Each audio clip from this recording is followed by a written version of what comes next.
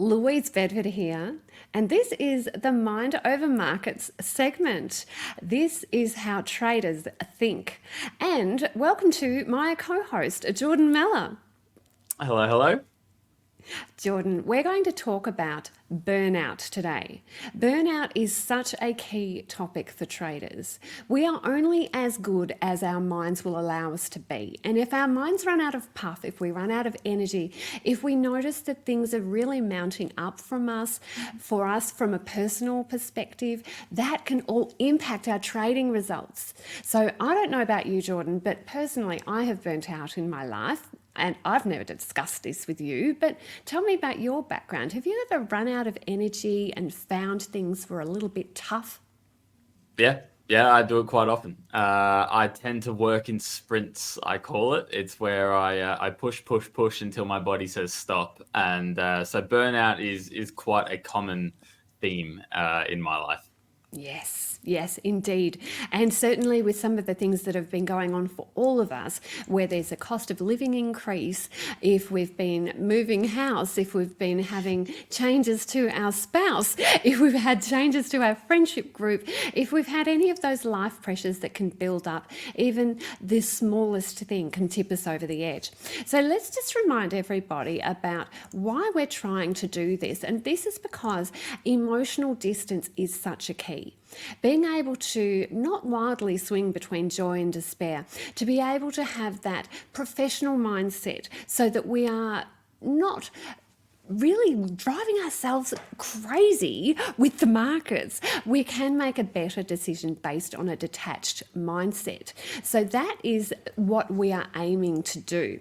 So let's have a look at the 3 questions that we can ask ourselves that we covered in the last episode that we can do to stabilize our emotions. Whenever we have a situation that's thrown us into disarray, this is something that we can do from a cognitive behavioural therapy point of view to stabilise our mood.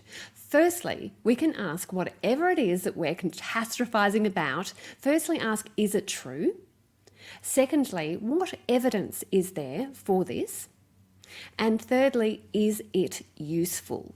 Now, those are the 3 questions from a CBT, cognitive behavioural therapy, that can help every single trader. It's something that we can use to stabilise and to be able to see things in a very detached way in the markets. So, Jordan, how did you feel about those 3 questions after we covered those in a previous episode? Yeah, I actually use them in another way as well. I found they were a really good way to construct arguments.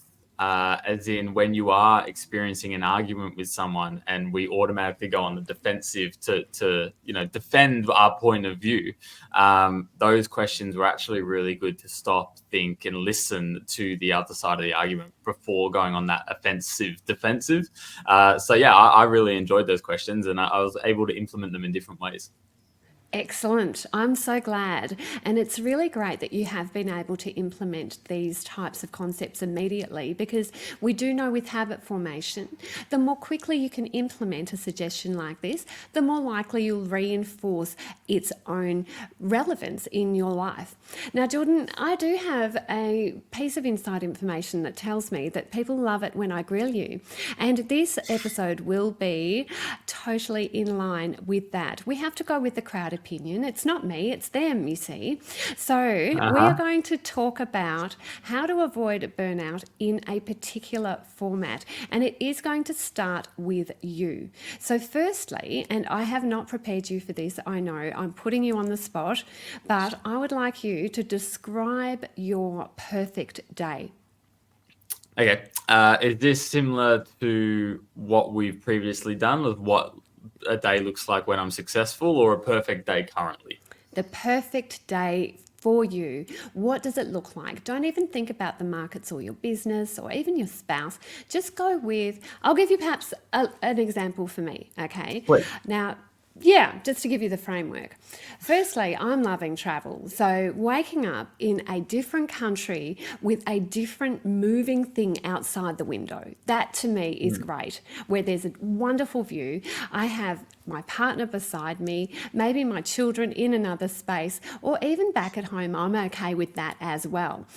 I'm after a really great breakfast, exploring a new city, doing a little bit of work because I do like that intellectual side, and some new experience, something novel that appeals to me, and maybe even something that's quite strenuous. So, physically, what can I do, whether it's a long walk or a hike up a mountain, some sort of view involving nature, and then a really good night's sleep at the end. Now, I've just given you the complete summary. There's probably many more aspects in there, and one that I have missed, which is on most people's list, which is sex.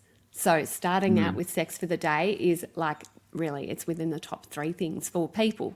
But Jordan, without sharing too much on that premise, what Oh, what in is dangerous territory now. we're going into a whole new area. But like, really, I mean, if we're really open, we are humans, and Mhm. that's what we like Yep. to do. So yes, so for you, Jordan, what would be a perfect day? Ooh, yeah, wow. Okay. So, look, I'm an early morning person. So, early morning, smell of coffee, nice blue sky, not too hot yet, but you can tell it's going to be a warm day. Being near the coast, whether it go fishing, whether it's a walk, anything like that. I match with you there that I like work. I like having to think about things and react to things and sometimes having problems and putting out those issues. So, I'd balance in there a bit of time in the office or a bit of work of some sort and then some recreational activity. For example, yesterday we played cricket, and I really enjoy sports, and I like that feeling of when you're tired and your body's aching after Me doing too. something strenuous. It makes me feel Mm. fulfilled.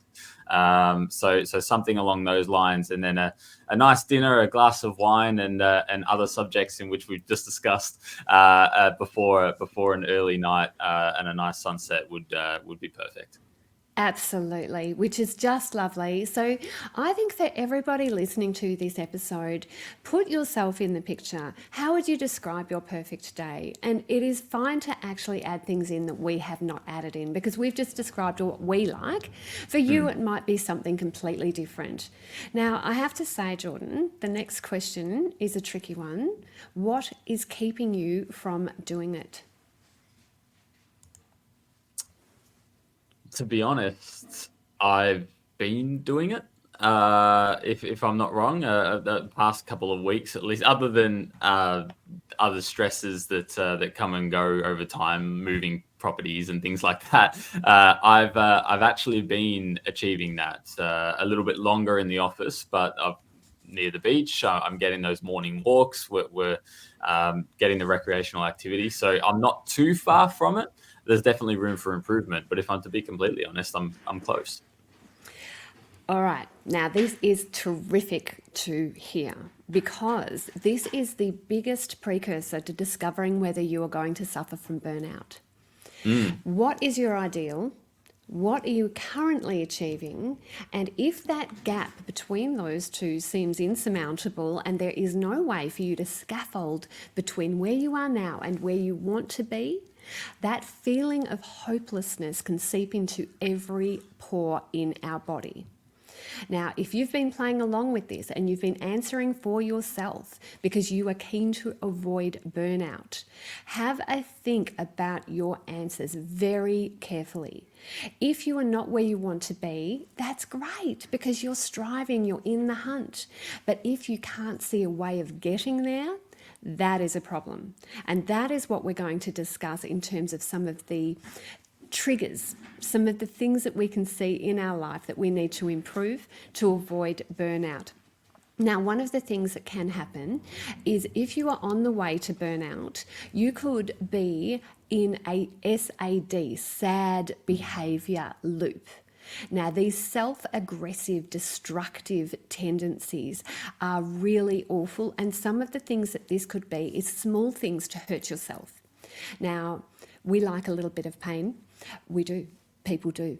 Do you know that in studies they show if you have to sit in a room, these are your choices, sit in a room for 15 minutes with nothing to do, or sit in a room with a little electric shock that you can just zap yourself with. Which one do you think people would prefer, Jordan? Being completely alone and bored with nothing to do, or playing around with an electric shock machine? I'm 100% playing around with electric shock machine. Hell It's just yeah, we I'm all getting are. there. Yeah, yeah, absolutely.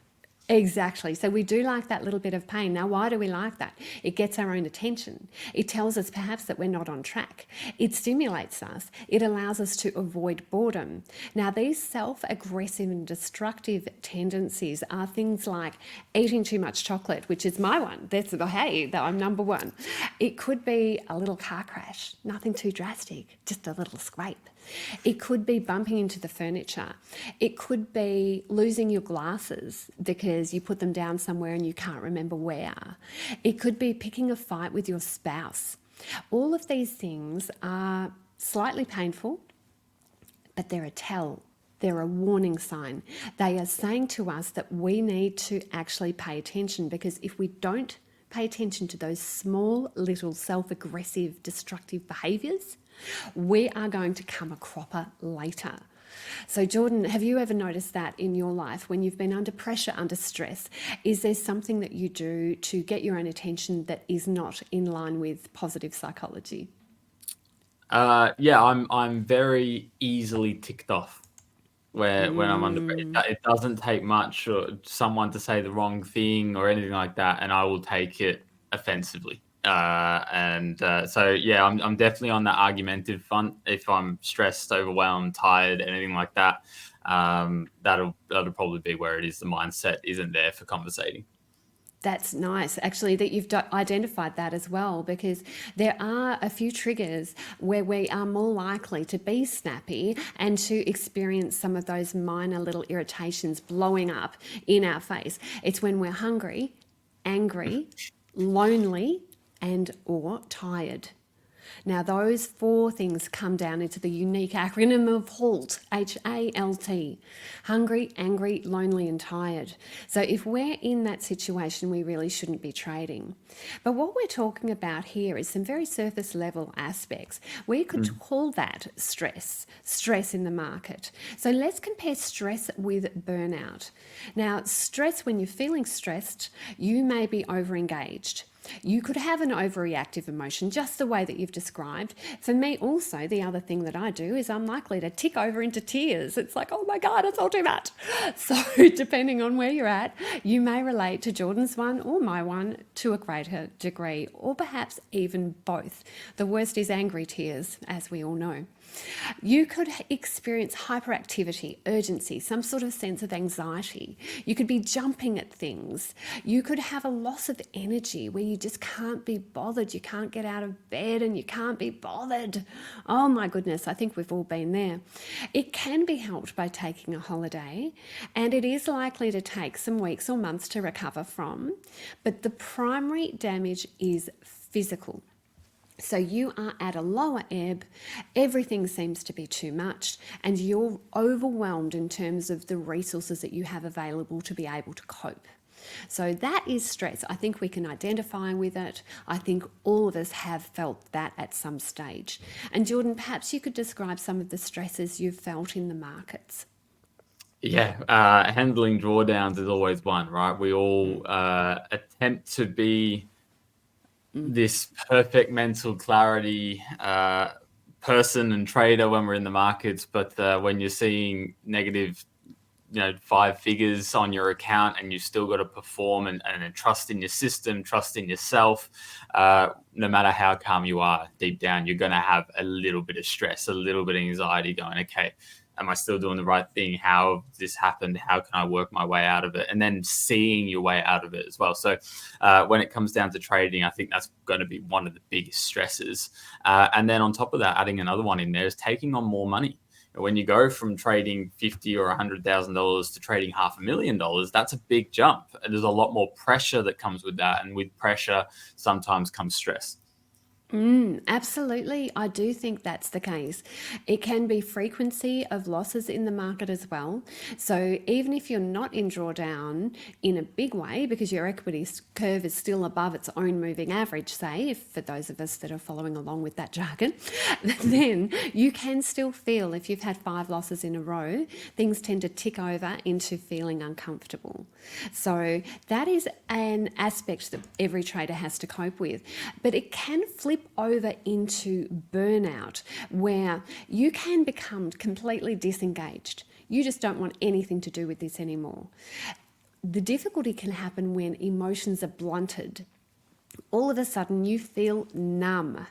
I felt like that after I gave my friend of 11 years, after doing due diligence and getting my accountant to check out his business, I gave him $250,000 of my own and $250,000 of my business partner's, $500,000 for those doing the mental arithmetic, and he went over to the Ukraine and spent it on prostitutes.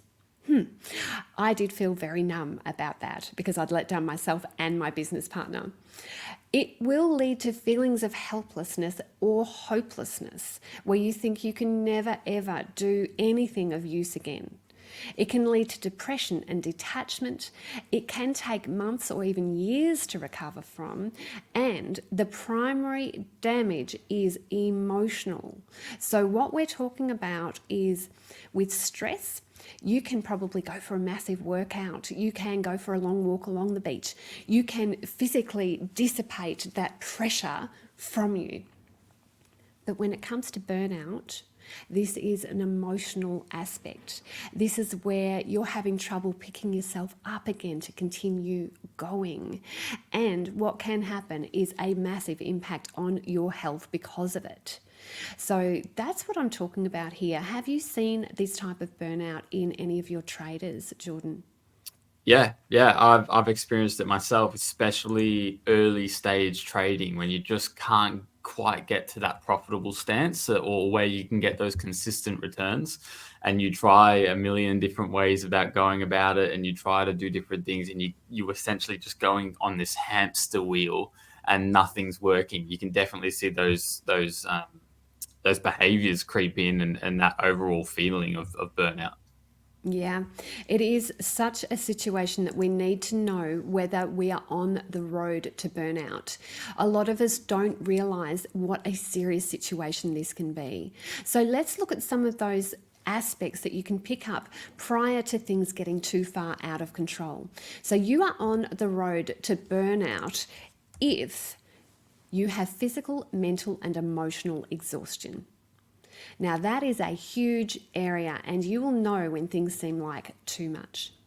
The second stage is shame, doubt, and turning inwards.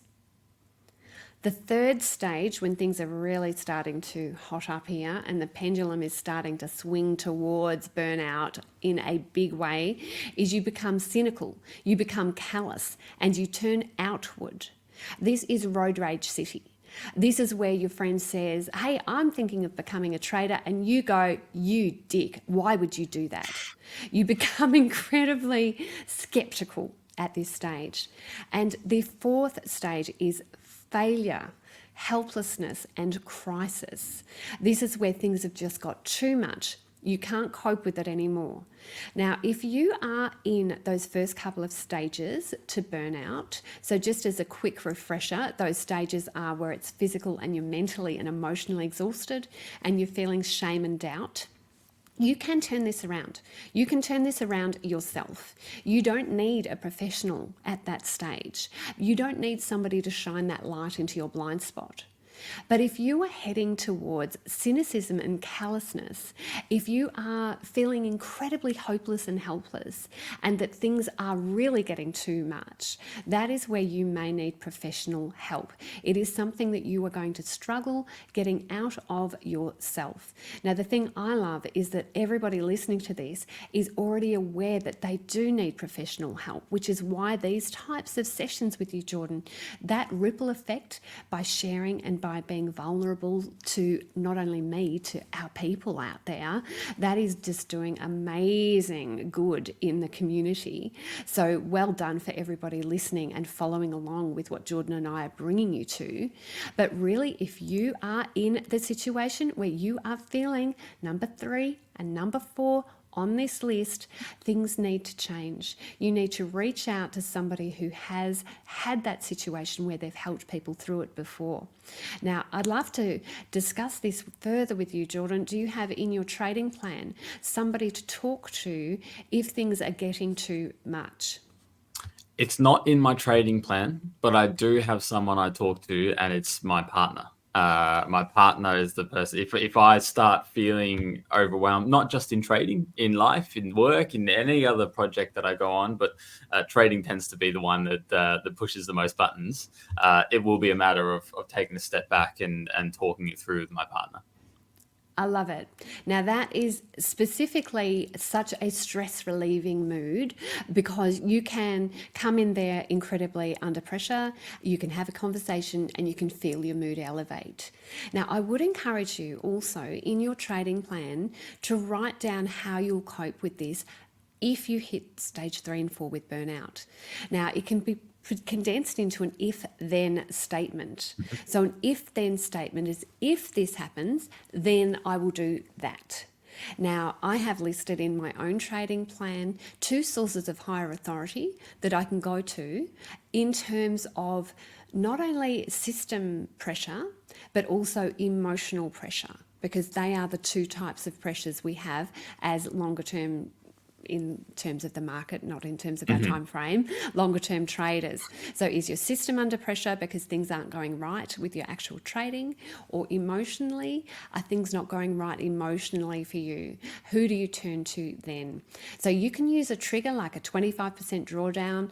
If I experience a 25% drawdown, then I will turn to these higher authority people. You can use an emotional trigger where you've been able to be self-aware enough to realize that things aren't going well, so you need to seek help. So that is one of the lessons for today. And just after I want your comments on this, Jordan, I'm going to talk about radical self-care and how we can look after ourselves in those early stages so we don't slip through to burnout. So Jordan, is this something that you'd entertain, bringing somebody into your trading plan as an if-then statement so that you had a facility of backup, not only from a system point of view, but also from an emotional point of view? Yeah, absolutely. I think bouncing your emotions off of someone, whether they know or not, is a great starting point. But obviously, if you can bring in someone who is a higher authority, if you can bring in someone who knows what they're talking about and can understand what's happening, both on a strategic point of view, but also on an emotional point of view, it's a no-brainer to have those triggers, as you mentioned, 25% drawdown. Okay, something's not going right. Reach out, and a process that makes it very easy for you to just reach out to that person. I think that's very, very intelligent. Yeah, it's a good thing to do. Now, let's have a look at some of the things that you can do if you are caught in those early stages and you're looking for some way to avoid getting deep into burnout. So, this involves radical self care. Ask yourself, what can I do to look after myself? And what are the little practices that move me towards my perfect life and my perfect day? Now, they are really big questions, and I think it's different for everybody. Now, Jordan, for you, I know a walk along the beach is an aspect, perhaps talking with your spouse about how things are going. But what are some of the self care routines that you have to be able to help you be a better human? By far, exercise is one of them, right? Whether it's a little walk, I prefer something a bit more strenuous, something that's going to get the heart racing. I always feel more positive come out of that. I actually find I get back to work a little bit more progressive as well. So exercise always is the standout one, but also eating healthy. I Yeah. always find after I eat unhealthy, I just feel sluggish. I just feel slow and held down. Whereas if I'm eating well and lots of as well, I like eating a lot of food. So if I'm eating well and lots of it, I feel more energized and I can attack the day a little bit better, a little bit more positive. Yeah, I love it. And the other big one for me is sleep. Now, in my little serviced office, I go there to escape from my husband, who, through no fault of his own, happens to live in the same house as me and happens to breathe.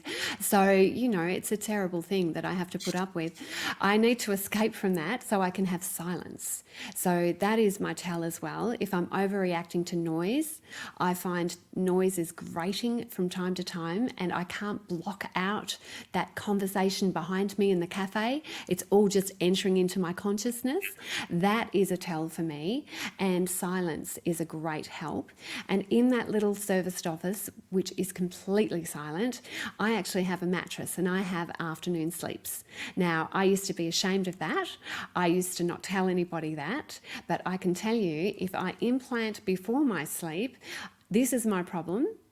Fix it by the time you wake up, Bedford, then generally by the time I've woken up, I've found a solution. Now, people underestimate the importance of sleep, and I do think that should be in every trader's repertoire. Know your own sleep cycle, know whether you're an owl or a lark. Do you like to stay up late or do you like to get up early? Trade in conjunction with that circadian rhythm, and make sure you honour it. If you're tired during the day, it is fine to have a 20-30 minute nap and then get up and be rejuvenated, reinvigorated. I think it's a great way to go. Are you a napper, Jordan? I'm guessing I'm not. not. I'm not. No. I can't do it. I can't. I don't know why. I just can't. I can lie down and go to sleep, but 9 times out of 10, I think I'd probably nap too long when I do, and Ah, I wake up just as I'm going into a deep sleep, so I feel so much worse. So I've yes. just kind of ruled out napping. I'm just like, nope. I'll sleep. I sleep well at night. Yeah. I get a real nice sleep, but I'm not a napper. Yeah, the timing for a nap is very important because we have a 90-minute sleep cycle. So if you go over into the 40-45 minute, you're starting to enter into that deep sleep phase, which is very destructive if you're trying to get out of it. Mm. It's like clawing your way out of a situation that you can't fight. So I do think that is something to consider. Now, I do want to give you one extra piece of research about burnout and stress. Now, this is something that has saved me from slipping into a burnout situation time and time again. Now, we sometimes have that helpless feeling, that hopeless feeling, that feeling that we can never achieve that goal.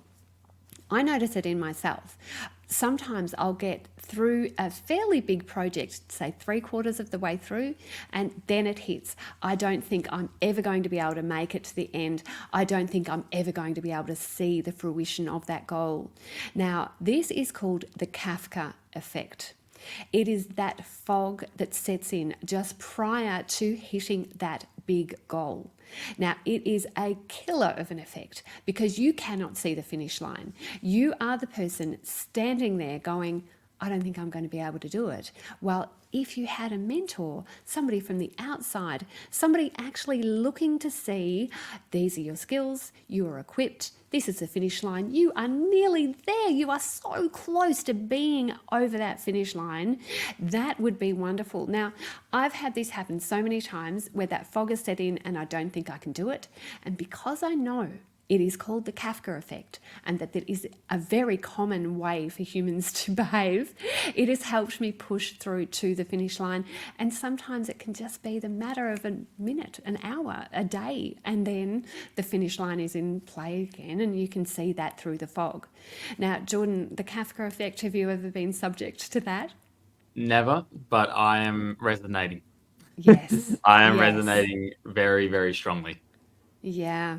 So if you have got a big goal, and it could be to be a full-time trader, it could be to master a trading style, master a market, master a time frame, and you feel that even though you've progressed a fair way towards achieving that goal, you haven't quite made it over the finish line. You haven't got that level of excellence that you're seeking. Just know that the Kafka effect is probably in your way. It is that fog that sets in prior to you being able to achieve your goal. So if you can just push a little bit further, a little bit harder, some way of getting involved in a group that can support you can help. Some way of getting a mentor can help. Even being able to exercise yourself into oblivion and then coming back to it with a fresh mind can also help you through that fog. These are all aspects that I think if we're aware of, we can fix. So, Jordan, I'd love your parting thoughts about how to avoid burnout. Yeah, I'd go back and listen to the whole episode again if it hasn't sat in. The importance of identifying burnout before it arrives, because when it does arrive, it's hard to get out of. And I can say that from personal experience as well. So make sure you follow these warning signs, you have these plans, and you understand and become a little bit more self-aware to be able to capture it before it arrives. Absolutely. I think that is the key. Once we are deep into burnout, once we are cynical and callous, and we are then making bigger mistakes in the market, it is much harder to overcome.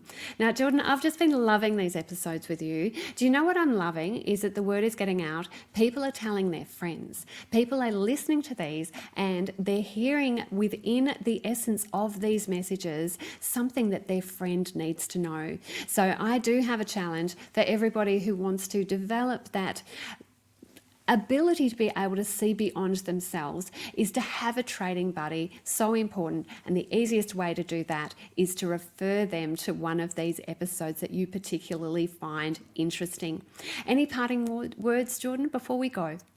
Let's do it all again. I've been grilled, and I'm really enjoying it. And we've had some feedback from people as well that they are resonating and appreciating the openness of our discussions, and that's what it's all about. It's about elevating the trading game here at TradeDelicious and helping everyone be more self-aware to push further in their career. And if putting me on the stake every week is helping that, then I'm willing to do it. So until next week, happy trading.